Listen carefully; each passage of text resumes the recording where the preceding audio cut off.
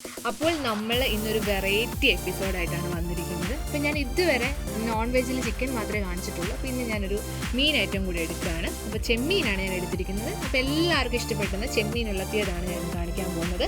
അപ്പോൾ നമുക്കത് എങ്ങനെയാണെന്ന് നോക്കാം.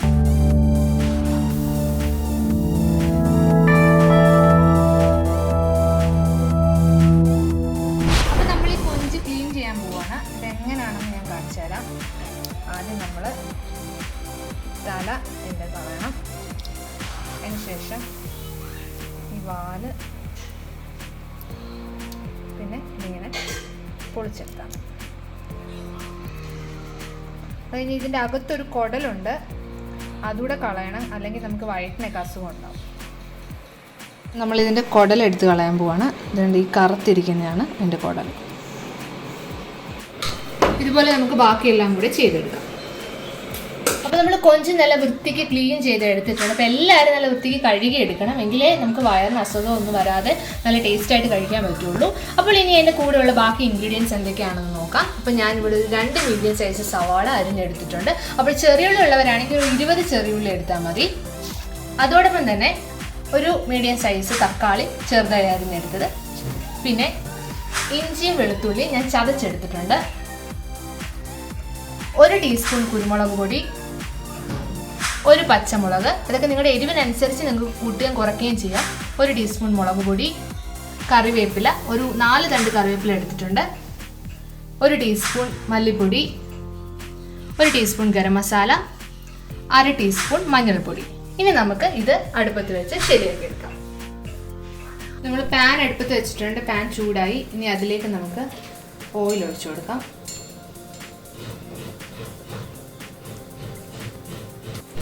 ഇനി നമുക്കിതിലേക്ക് സവാള ഇട്ട് കൊടുക്കാം. സവാള ഒന്ന് വാടി വരണം. വാടി വരുമ്പോഴത്തേക്കാണ് നമുക്ക് ഇഞ്ചി വെളുത്തുള്ളി ഇട്ട് കൊടുക്കുന്നത്. നമുക്കിനി ഇതിലേക്ക് ഒരു ടീസ്പൂൺ ഇട്ട് കൊടുക്കാം.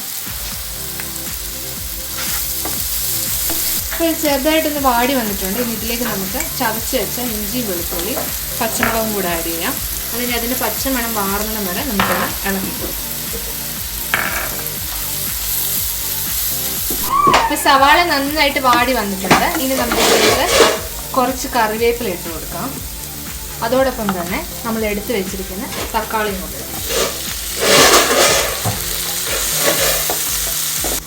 ഇപ്പോൾ തക്കാളിയൊക്കെ നന്നായിട്ട് ഉടഞ്ഞു വന്നിട്ടുണ്ട്. നമ്മൾ ഒന്ന് ആവി ചെയ്യുന്ന ശേഷം തവി വെച്ചൊന്ന് ഉടച്ചു കൊടുത്താൽ മതി.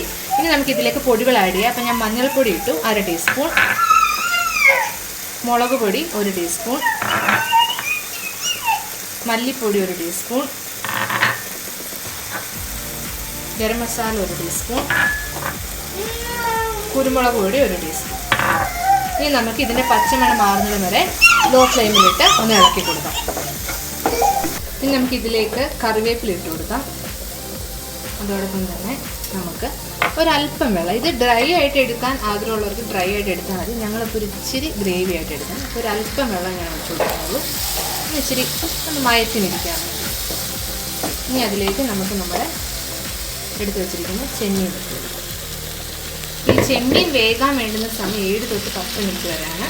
നമ്മളിത് ഇടയ്ക്ക് അടച്ച് വെച്ചതിന് ശേഷം ഇടയ്ക്കിടയ്ക്ക് ഇളക്കി കൊടുത്ത് നമുക്കിതൊന്ന് വേവിച്ചെടുക്കാം.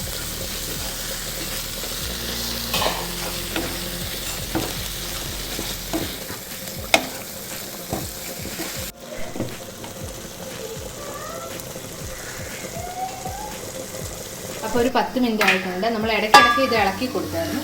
ഇതിൻ്റെ കൊഞ്ചിൽ നിന്ന് തന്നെ വെള്ളം കുറച്ച് ഇറങ്ങുന്നുണ്ട്. അപ്പോൾ നല്ല ഒരു ലൂസായിട്ടുള്ള ചെറുതായിട്ടുള്ളൊരു ഗ്രേവി നമ്മൾ കിട്ടിയിട്ടുണ്ട്. ഇനി നമുക്ക് ഇതിൻ്റെ ഫ്ലെയിം ഓഫ് ചെയ്യാം. നമ്മുടെ കൊഞ്ചുലത്തിയത് റെഡി ആയിട്ടുണ്ട്. ഇനി നമുക്കിതൊരു സെർവിംഗ് ബൗളിലേക്ക് മാറ്റാം.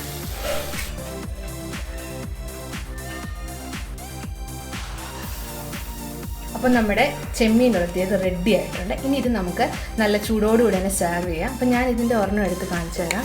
നന്നായിട്ട് വെന്തിട്ടുണ്ട്. നല്ല ഗ്രേവിയൊക്കെയാണ്, നല്ല ടേസ്റ്റാണ്.